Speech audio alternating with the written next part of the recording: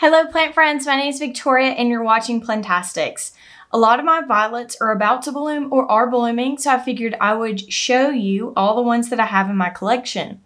So this very first one has a huge flower and it's lasted for a little over a week. And I don't have their names memorized yet, so I'll have to be referring to their labels.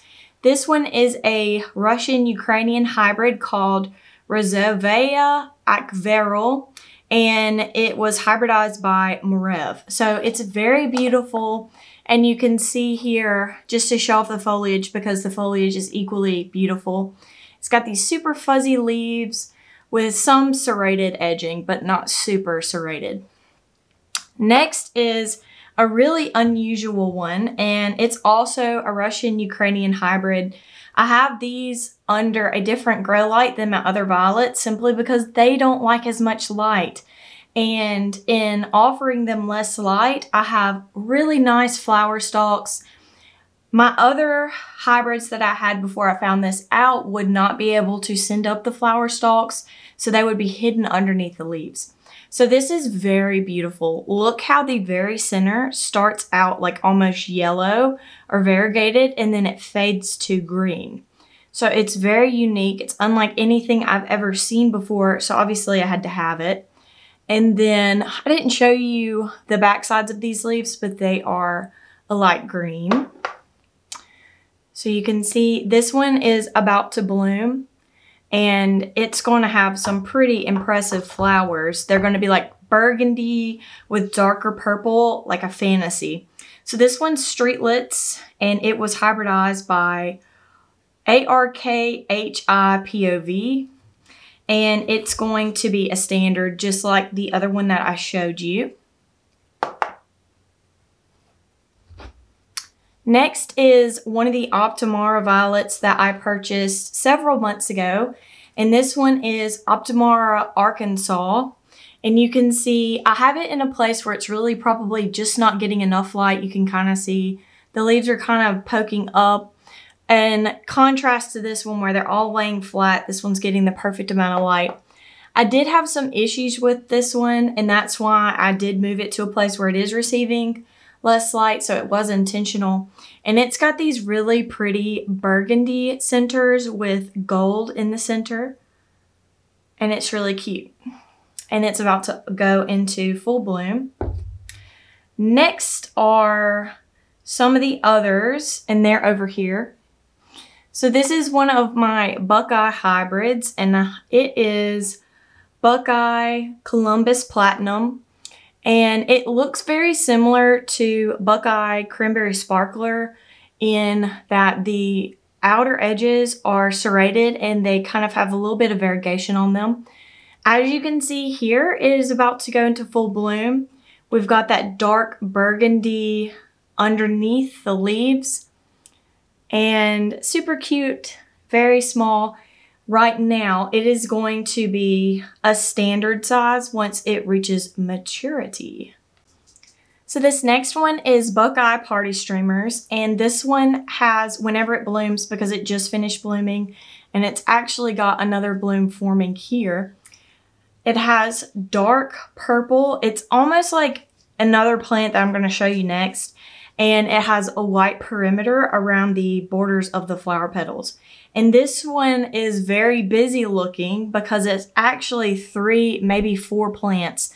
So people often ask, well, how can you tell, like, you know, that this is not just one plant? So you have a center, and then you're going to have leaves kind of coming around it, if that makes sense. Like this here is a rosette. So you can see multiple ones here. So you can see there's a rosette there. We have another one tucked away here. And the main one is like right in here somewhere, but it's getting kind of covered up by the other suckers. And that's not a huge deal. Something you'll notice if you've been following me for a while is I have started potting my violets down, if that makes sense. So when I get them, instead of moving them to a pot that's this size, I've been moving them to a pot that's this size. And that's just to err on the side of caution because you are constantly having moisture. you don't really have as much of a risk of overwatering with a smaller pot as opposed to a larger one. Next is Buckeye Let's Roll. So the Party Streamers one is kind of just like this, but it's purple instead of pink. So this one's really, really cute. We've got a purple underside, and you can kind of see how this one has a rosette and this one has so many. Like this one's a good example because this is just a single rosette, whereas this one's like very busy. There's tons going on there. So this one does have some variegation. You can kind of see it in the middle. And variegation kind of just depends. It can be nutrient dependent. It can also depend on your temperature. Some people have reported having more variegation if it's in a colder area. And that is something that I'm pulling from the Growing to Show book, which is a really great source of information. So this one is interesting because the flower stalks actually have leaves on them. Like every single one has leaves, with these being the most prominent and large. So yeah, this is Buckeye Let's Roll. This violet is Simpler Times. I actually have 2 of these because I accidentally ordered 2. And I really like this one because this one's going to be big. This is Angel Fluff, and it is going to have these large white flowers. They're going to be huge. And I got this one because at the time I didn't know if my Gillian propagation was going to make it, and unfortunately it did not. So I kind of just purchased this as almost like a replacement because I love those huge white blooms. And you can see the underneath is just a light green, and then this is what the leaves look like. And you can see it's about to bloom for the very first time, at least since I've had it. And we've got blooms there, and then we've also got some blooms there and there. So we've got 3 peduncles that I can see forming, and then we've got some more in the center, but they're kind of harder to see because they're kind of like hidden away underneath the leaves. This is my duplicate of Simpler Times, so you can kind of see like they are about the same age and about the same size. And this one has several blooms forming. Now this one is like a really beautiful, like purplish blue, and I'd never seen one like it, so I had to get this one. And you can see there are burgundy backings. And you can also see, if you look very closely in there, that there is a peduncle. And I also have another one in here. I'm trying to be careful because I don't want to snap them off. But you can just trust me when I say that it's got 2, potentially more than that, forming along. And then there's several of them starting to form at the like base of the plant here, like where the neck is. So that is Simpler Times. This is going to be a large violet, and sometimes violets grow better. Certain varieties will grow better for some people than others. This one reminds me a lot of Texas 2, which I was able to get a propagation of, and I actually have 2 little plantlets that I'm going to be showing you that I was able to salvage from my last collection. And yeah, so this is Snowy Halo. It did bloom for me, and I removed the blooms, especially when they're kind of like smaller. I like to deadhead them. So it has a white flower in the very center, or the eye of the flower. It kind of has like purple in the middle. So this is very happy. It's got these really nice quilted leaves, not really a ton of serration on the leaf perimeter, and it's just going to be a really pretty plant.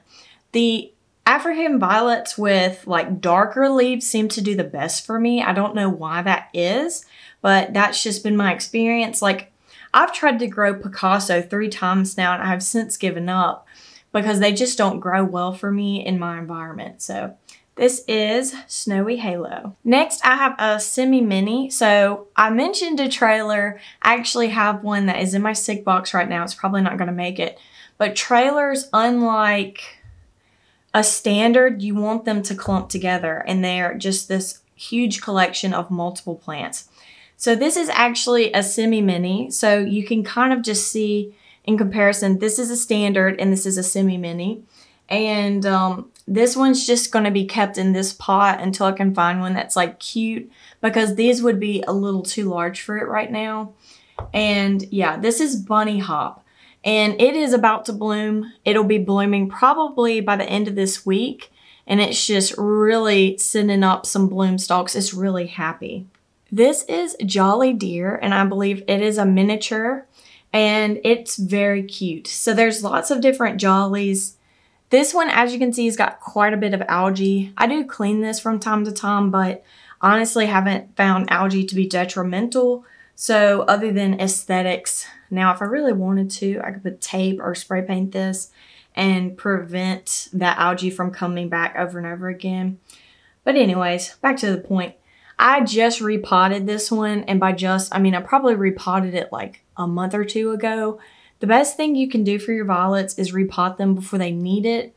So this one was kind of like fizzing out. I see African violets as kind of like a firework, and whenever they are in the best state that they can be, they're sending out all kinds of new leaves and all kinds of new peduncles, and they're blooming. They're constantly changing and growing.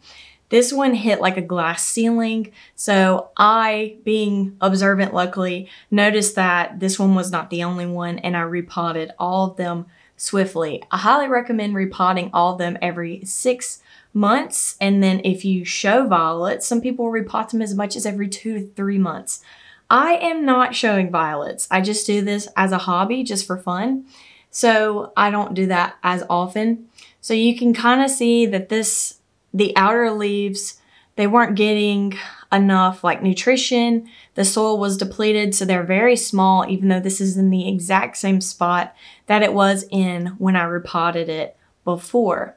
So you can see that the outer leaves are just kind of small compared to the newer ones.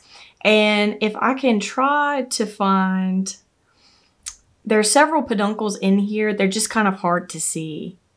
But yeah, there's one there. And this one has the cutest little pink flowers, and it puts out quite a few flowers whenever it does bloom. So it's actually pretty showy to be so small. Okay, so if you've been following my channel, you know that I had a huge issue with all kinds of things. I was gone for over a month in Europe, so luckily I had people to care for my violets while I was away. But unfortunately, I had mites, and because I wasn't here, I had no way to really know, and then the person caring for them didn't really pick up on it either. So I was able to save leaves from some of my favorite varieties, with my favorite being Texas 2. So it is now about this size, and it is a standard. And this is my favorite violet. This is the violet that, like, honestly, you know, it just depends on your environment and whatnot. But this one grows so well for me. I'll try to attach some photos. It's just huge. Like, it just grew huge. So it is an Optimara. And this is my oldest violet that I have currently in my collection. My very, very first violet that I ever had, I shared cuttings with, and I've since lost that. I tried to propagate it from cuttings, and I'll probably try that again. But yeah, so this is probably like my second violet I've ever had, and I still have it, or a propagation of it. You never know what's going to happen. Behind every African violet grower, there's probably a pile of pots somewhere where they've had some that they've just lost. And it's just because they're not fickle. I wouldn't call them fickle plants, but not every variety is going to perform the way you want it to, if that makes sense. So another violet that I have from my original collection that I had before is Louisiana Lullaby. This is a very unusual flower in my opinion, because instead of the flower's petals all being kind of the same color, these are like a lilac, and it's got a darker purple kind of like towards the bottom of the bloom. So if you have mites, first of all, separate them from your other plants and get rid of them. If you do want to take cuttings, what you're going to do is you're going to take a leaf, and then you're going to put it in water, and you're going to circulate with one of those temperature things. Set it at 110 degrees for 10 minutes. If you're like me, I think I did it for 15 or 20. It doesn't harm the leaves, but it has to be that temperature to kill them. And that's how I was able to get these. Now this one's perfect. This one's just growing a little weird, you know. He's just looking a little odd, but he'll be fine. There's nothing wrong with this one. But yeah, so I figured I would just kind of show you what my violets look like right now, because a lot of them are about to bloom. Thank y'all so much for all the likes and comments y'all leave on my videos. They really make it worthwhile for me to share my plant journey with you guys. If you'd like to see more videos like this, be sure to subscribe. I also have other different plants that I have, and I cover basically how I made a vivarium. Basically, whatever I'm doing, I try to document it. So I'll be seeing you next time. Goodbye.